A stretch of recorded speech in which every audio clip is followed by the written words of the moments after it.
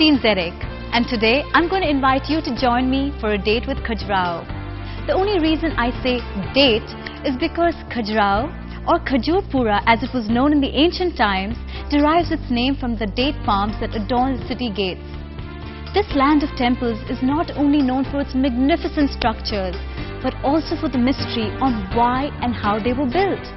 The village Khajuraho is as much a virgin land as it was 1,000 years ago when the temples were built.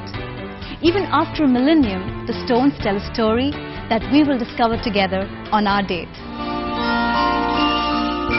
A first-time visitor to Khajuraho is always struck at the extreme isolation in which the famous Khajuraho Temple stands. But it was due to this location that saved Khajuraho from the Mughal rampage, who never found them as they were hidden amidst the jungle.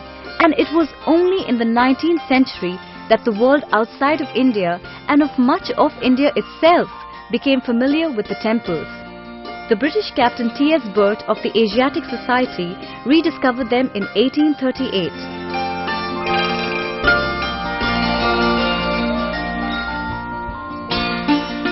Situated in the heart of central India, in the state of Madhya Pradesh, Khajuraho today boasts of 22 or so temples that have survived of the 85 temples built originally.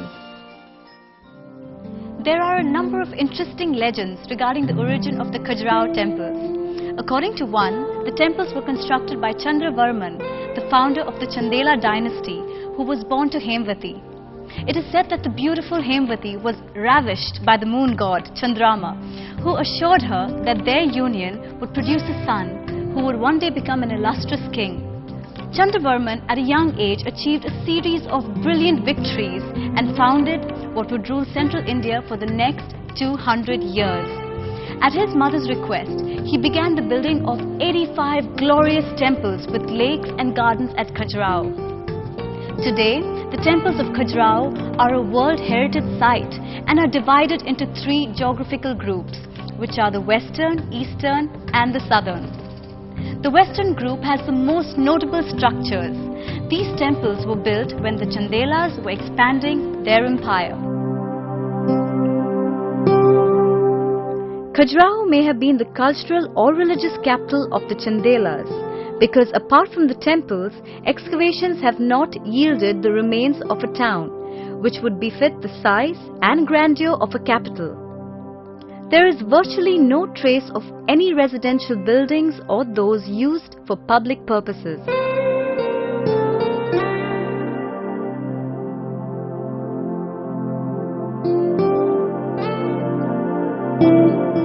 Lakshamana Temple of the Western group is one of the oldest and most impressively designed temples dedicated to Lord Vishnu.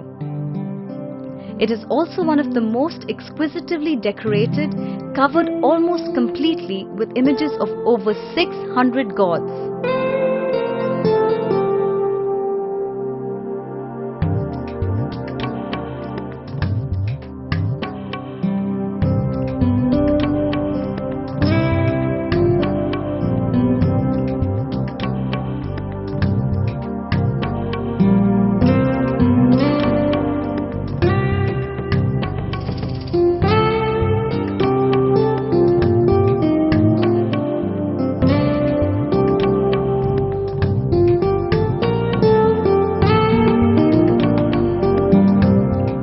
The plan of the temple has the main shrines at the center, surrounded by 4 subsidiary shrines at the 4 corners. The 3 main compartments of the temple are the entrance or Ardh Mandap,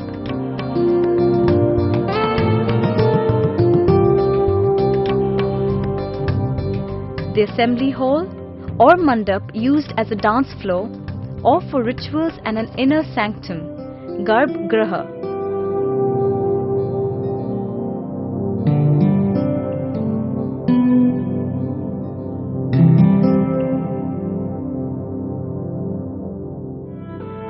There isn't perhaps a piece of architecture in the world that has knocked the daylights out of many, as Khajuraho has. Yes, I'm talking about the erotica on the exteriors of the temples. There are many different opinions on why these temples were decorated with such erotic sculptures. Some believe that the old kings lived in obscene luxury. Others think it was part of a sexual education. Some believe that these sculptures were provided to assist Hindus to attain moksha through the path of karma. Others claim that the temples were built as a celebration of Shiva's marriage with Parvati, which is why the atmosphere is so romantically charged. One temple that is dedicated to Shiva is the temple of Matangeshwar. From all the existing temples of Khajuraho, this is the only temple which is used as a place of worship till today.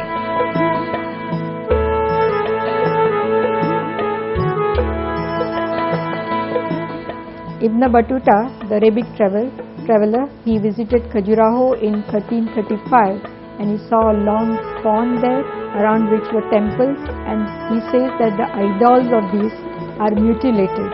So by that time the idols were not in good condition, and when a temple's icons are damaged, people do not worship them.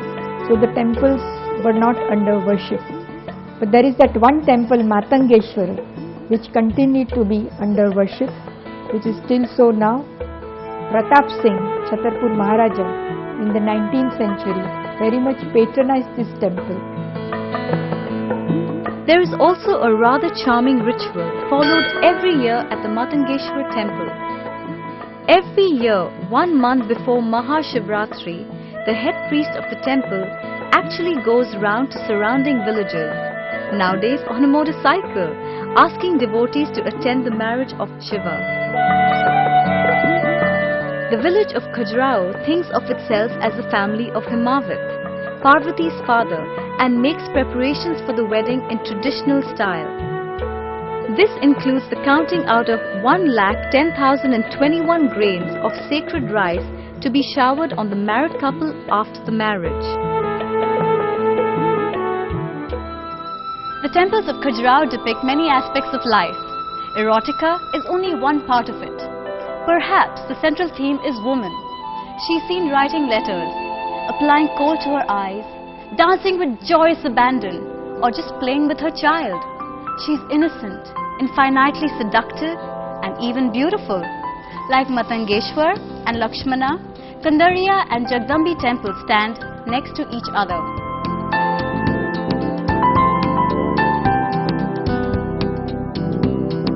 Because we are only looking at erotic figures, we are missing the other important aspect of Khajuraho, which is this integrated schemes with the architects, the Sutradharas as they are called in their inscription, they have projected on the temples.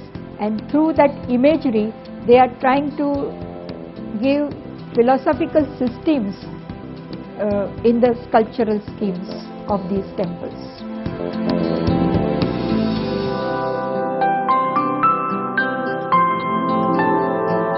We can't take Khajuraho's artists, literally, because they are making use of puns and double meaning language.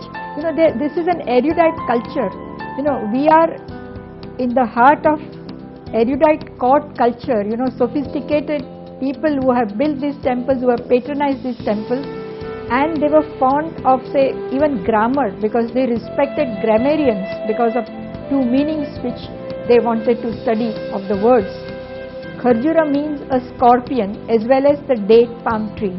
So earlier we thought Khajura Vahaka means bearer of date palm trees, but there is the second meaning also of scorpion bearing figures.